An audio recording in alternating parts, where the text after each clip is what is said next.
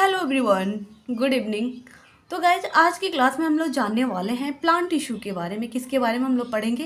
Plant tissue के बारे में कि प्लांट टिश्यू क्या होता है। जैसे कि आप सभी को पता है कि चाहे प्लांट टिश्यू हो चाहे एनिमल टिश्यू हो, दोनों टिश्यू यानी प्लांट टिश्यू आपके पौधे में पाए जाएंगे, एनिमल टिश्यू आपके जानवरों में पाए। जानवरों का मतलब सभी प्रकार के जानवर शामिल हो, उसमें मनुष्य भी शामिल हो जाएगा। तो प्लांट टिश्यू यानी आई होप टिश्यू के पहले आप सभी को सेल के बारे में पता होगा।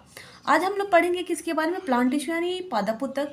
जो पादप उत्तक होते हैं यानी मुख्यतः कितने प्रकार के होते हैं? दो प्रकार के होते हैं। कितने प्रकार के होते हैं गाइस? दो प्रकार के।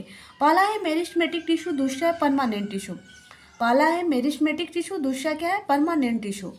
मेरिस्टेमेटिक टिश्यू और परमानेंट टिश्यू में बेसिक सा डिफरेंट होता है, हम बताएंगे आप सभी को कि जो मेरिस्टेमेटिक टिश्यू यानी जिसमें विभाजन की क्षमता पाई जाती है उसे कौन से उत्तक बोलते हैं?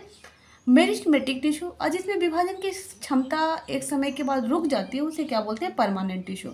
जैसे कि आपने देख रहे हैं कि विभाज्योत्तक उत्तक और फिर आपके अस्थायी उत्तक। हिंदी में हिंदी के नाम से आप सभी को पता हो जाएगा दोनों में अंतर क्या।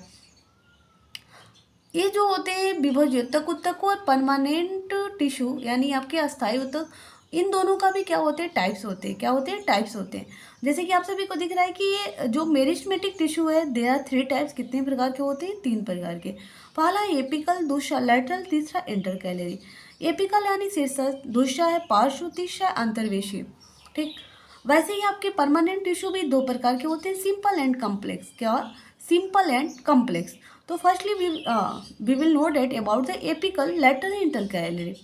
एपिकल जो होते हैं यानी शीर्षस्थ, हिंदी में शीर्ष का मतलब ही होता है ऊपर वाला भाग, यानी तना और जड़ में वृद्धि करने का जो काम करता है वो कौन सा उत्तक करता है? शीर्षस्थ उत्तक करता है। पार्श्व उत्तक, पार्श्व का मतलब क्या होता है? बगल वाला साइड, यानी कोई भी पेड़ जो होते हैं ना मोटाई में जब वृद्धि करते हैं, ठीक, और चौड़ाई में, तो कौन से उत्तक विभाजित होकर उसे मोटा बनाता है? Lateral tissue. Okay guys, I hope समझ में आ रहा होगा।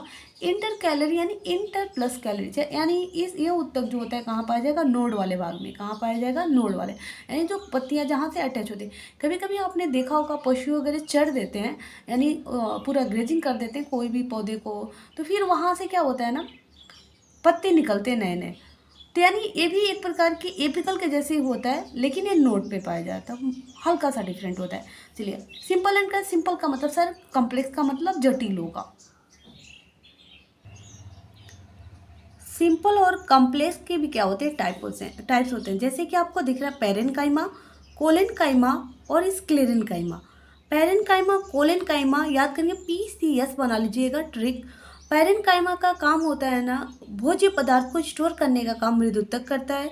जो कोलेनकाइमा होता है ये तन्यता देने का काम करते हैं, यानी फ्लेक्सिबल बनाने का काम कौन करेगा? कोलेनकाइमा। स्क्लेरेनकाइमा जो करता है आपका दृढ़ता देने का प्रदान करता है। ओके गाइस, अब कॉम्प्लेक्स आते हैं। कॉम्प्लेक्स में कितने प्रकार के होते हैं? 2, जाइलम एंड फ्लोएम। ठीक, जाइलम एंड फ्लोएम। जाइलम का एंड फ्लोएम का मतलब क्या होता है? जाइलम का मुख्य काम होता है खनिज लवणों का संचरण करने का काम करता है, जबकि फ्लोएम एंड फॉसे फूड यानी भोज्य पदार्थ जब भोजन बन जाते हैं उनका संचरण करने का काम कौन करता है? फ्लोएम करता है। ओके गाइस, अब जाइलम भी कितने प्रकार के होते हैं? 4, tracheids, vessels, xylem parenchyma, xylem fibre. वैसे ही फ्लोएम भी 4 प्रकार के, sieve tubes, companion cell, phloem parenchyma, phloem fibre. तो गाइस ये आपका आज की क्लास में